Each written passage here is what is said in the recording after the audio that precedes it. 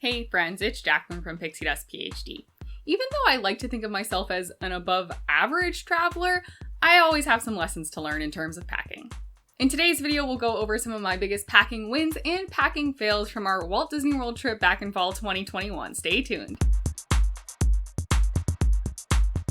Before we get started, I want to say thanks so much for being here. Your support really means so much to me. If you are new to the channel, please go ahead and hit that subscribe button, and then you can ring the bell icon to receive notifications whenever I post new videos. And thanks so much to everyone who's already liked the video.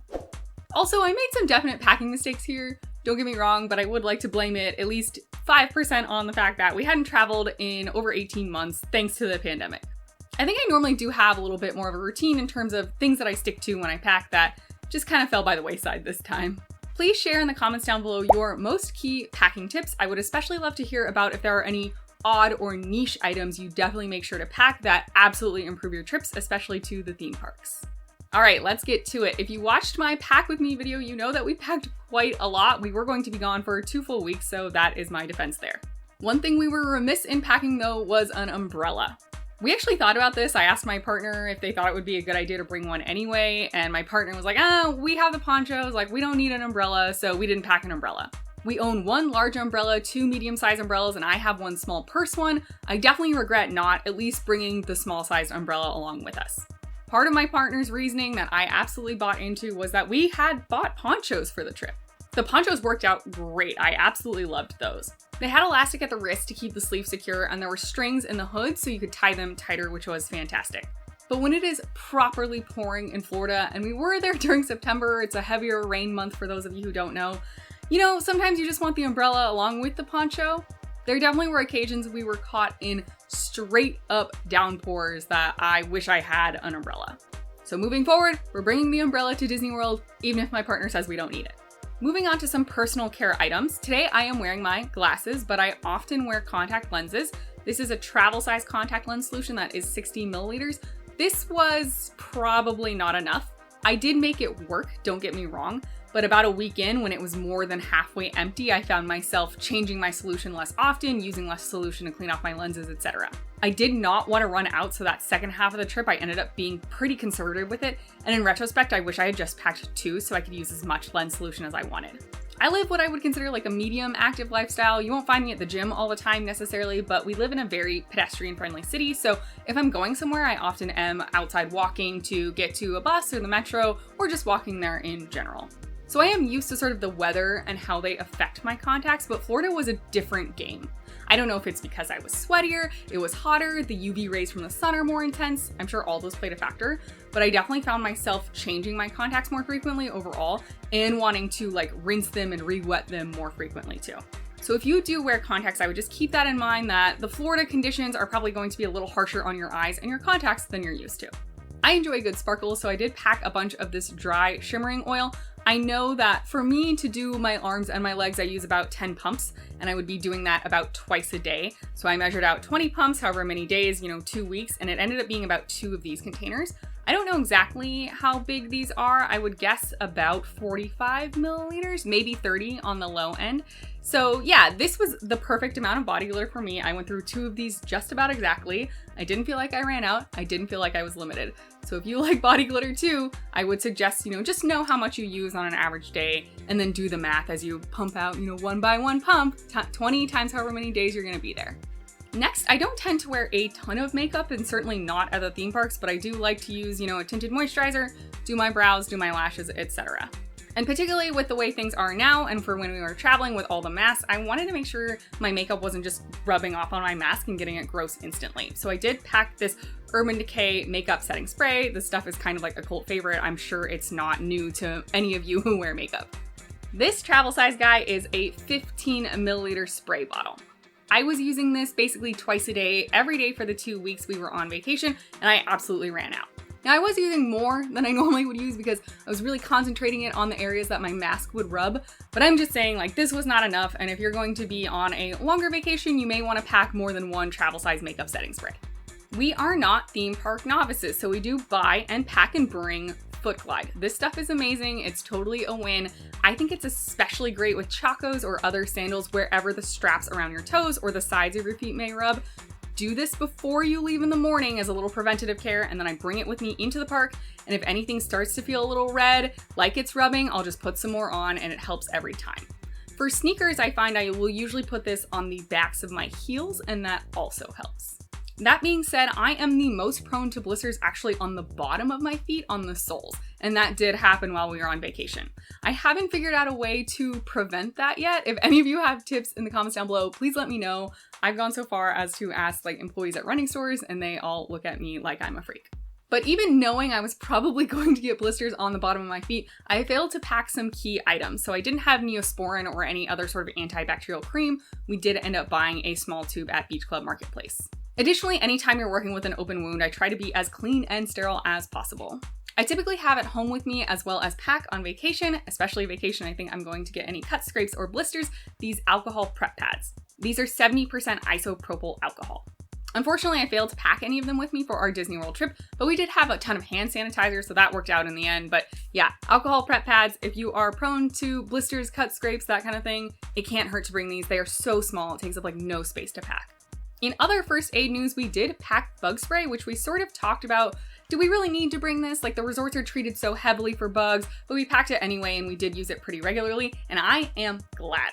Now, both resorts, Walt Disney World as well as Universal Orlando, do a great job at treating their grounds to make it so there are not a ton of bugs around. I will absolutely give them that.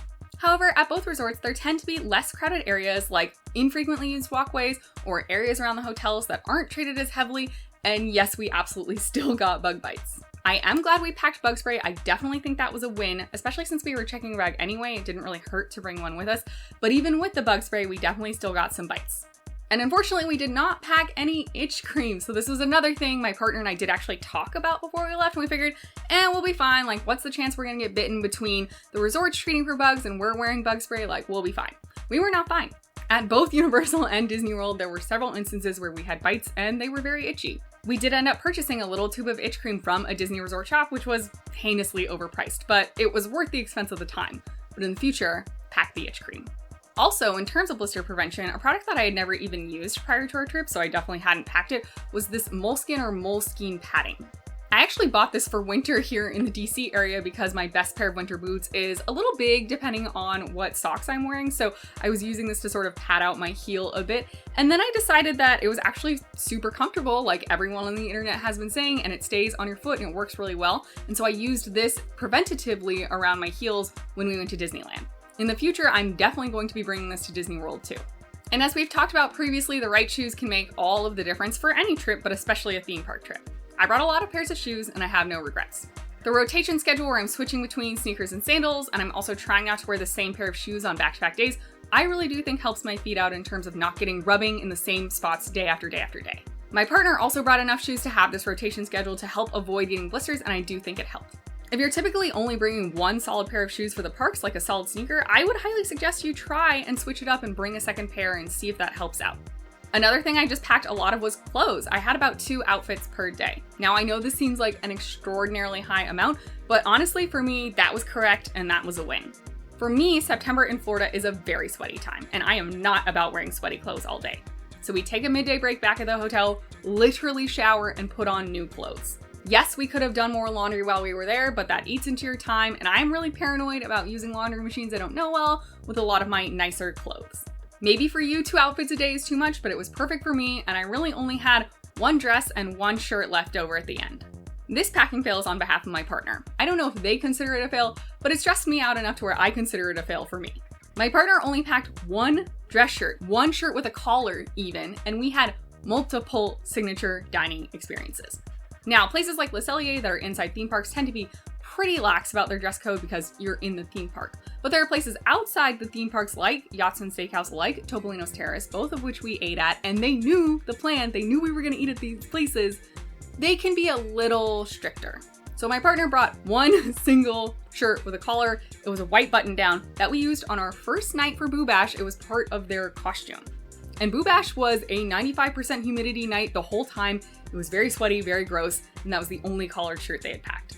I can understand not wanting to bring multiple actual dress shirts, but my partner didn't even pack a polo, of which, prior to this trip, I had bought them several of those lightweight, moisture-wicking, nicer-looking polos, partially for this trip, partially for where we live in our day-to-day lives, but like they had options.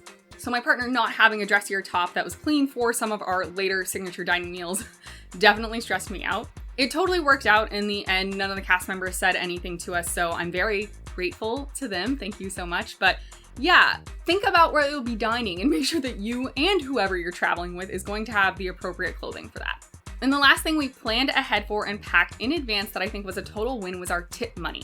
Now, I was remiss that I totally forgot to mention the tip money in my recent video that went over the budget for this trip. Prior to leaving, we went to the bank and took out about $150 in 5s and 1s. Then, while we were still at home, long in advance of packing even, we doled out money into individual envelopes for housekeeping for each of our hotel stays. The tip advice for housekeeping I've always been given is $1 to $2 per head per night. So there were always only 2 of us, so we basically just rounded up to $5 per night. For each of our planned hotel stays, I had pre-labeled envelopes and put the $5 bills in there, so that was taken care of and I didn't have to think about it. Then we had a bunch of 5s and 1s left over. Primarily these were going to be for tips for bell services. We ended up spending $140 out of that $150 we took out in tip money. It was so nice to have this pre-planned, done, and ready to go prior to even going on vacation. It was awesome to not have to look for an ATM inside the parks and still know we would be tipping all of the appropriate people. I would love to hear how much you tip housekeeping. It seems like the advice I've been going off of is still what I find on the internet, but especially with COVID and increased cleaning protocols and everything, I definitely want to know if I'm outdated and need to update my practices. Those were the highest highs and the lowest lows of our packing adventures and woes from our fall 2021 trip down to Universal, Orlando, and Walt Disney World. Granted, it was a 2-week trip, but I felt like we had packed so much I figured we had it all covered. Even with all that stuff though, we definitely still missed some key items. I can't wait to hear about some of your packing mishaps and must-dos. And if you want to chat about this outside of YouTube, you can always find me over on Twitter and Instagram at PixieDustPhD. I don't know why it took me so long in life to try the Moleskine padding product, but that is going to be a key thing for me moving forward. I hope the rest of your day is magical, and we'll see you real soon at PixieDustPhD.